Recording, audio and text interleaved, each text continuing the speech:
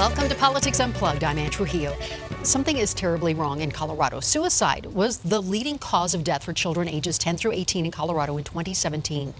It's unlikely much has changed since. A bill introduced in the State House this week targets that crisis here in our state. Senate Bill 195 would create a commission on children and youth behavioral health. And joining us to talk about this, Heidi Basfield, the Vice President of Population Health and Advocacy at Children's Hospital Colorado, and 10-year-old Kate Hartman, who joins us with a kid's perspective, I guess, so to speak. So thank you so much for being here. Why is this important to you, Kate, that you're here talking about this publicly?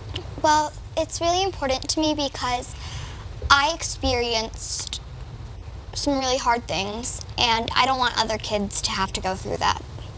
And this was at what age, or currently, or? It was at age, 2017. So 2 years ago. Yeah, 2 years ago I was 8 years old. And then were you at Children's Hospital? Is that how Yes, you I two was. know one another? My mom actually works at Children's Hospital. Very nice. Well, volunteers. She doesn't exactly work there. And so how did that help you?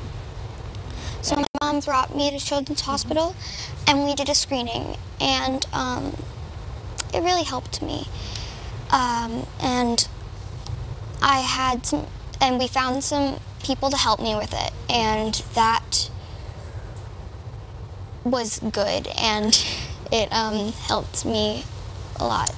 So you deal with a whole range of issues at Children's Hospital, and I know we mentioned suicide, but there are so many other issues that kids are coming to the hospital in need of help, correct? That's right. So give us some idea what you're talking about.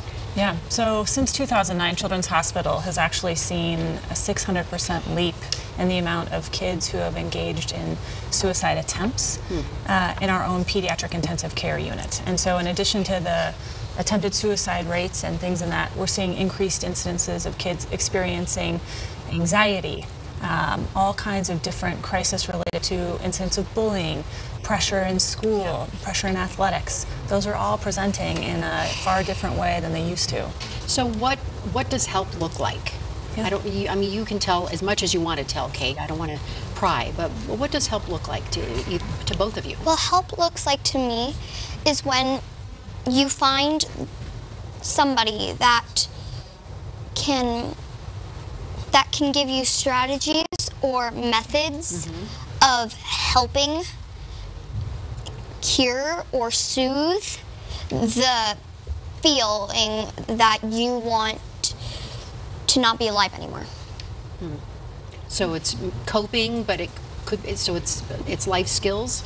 Yeah, it's any number of services, and I think it's everything from being able to have services in a crisis, to be able to stabilize a moment, to even at some point inpatient services. So some kids need to be with us for a while, and some kids have actually pretty complicated mental health needs, and they need to stay in the hospital for weeks. Not an easy fix, is it? So Senate Bill 195 would set up a governing body. Why do we need that? Right. What's missing right now? Right. So in the state of Colorado, we don't have a comprehensive system of mental health care for kids, and systems are operating in silos. So you have things happening in one department, other things happening in another, and they're not communicating with one another. So kids really are getting are falling through the cracks as a result of that. This commission works to solve that problem and really to ensure that all the different places within state and local government that touch kids' mental health are going to have to work together in order to ensure for fluid transfer and handoffs between the different systems that support kids. So I suspect this starts either at home or at school with signs or confronting issues. What should we be doing? What can parents be doing right now, for example?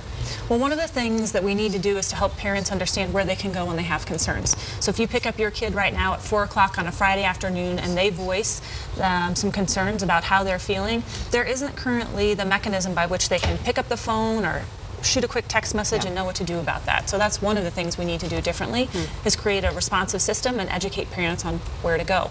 School providers, primary care providers, all of these folks who touch kids' lives need to have access to a standard set of education to know how to spot issues. They need to know how to screen them, and then they need to know where to send these kids once they've been identified as having an issue. Kate, do you remember anything that helped you, any particular thing? Well, I have a really good psychologist that actually she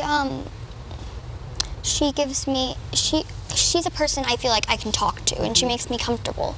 And when you have a great relationship with somebody you know you can get help from, it makes a big difference. Sure. It's honestly a great relationship with the people you know can help you goes even farther when even if they can help you, it takes it farther. And is there anything you could say to fellow students or other parents out there or just anybody out there about what you went through that you want other people to know about? Well, at some points I didn't feel like talking to people, and I wanted to keep it on side. So I would like to tell everybody, don't be afraid to share what you're feeling. It just only makes it worse if you don't share. And if you share, just feel free to share, because other people might be going through the same thing as you, and and we should break the stigma, because if you don't talk to people and if they don't know what's going on, it could result in hurting yourself or even going to suicide. Well, thank you so much for speaking frankly with us Yeah. today. I really appreciate you both being here. Thank you. Truthfully, it's Thank an you. important subject that we do need to confront here in Colorado, absolutely. Thank you, Heidi Bassfield, Kate Hartman, and we'll be right back.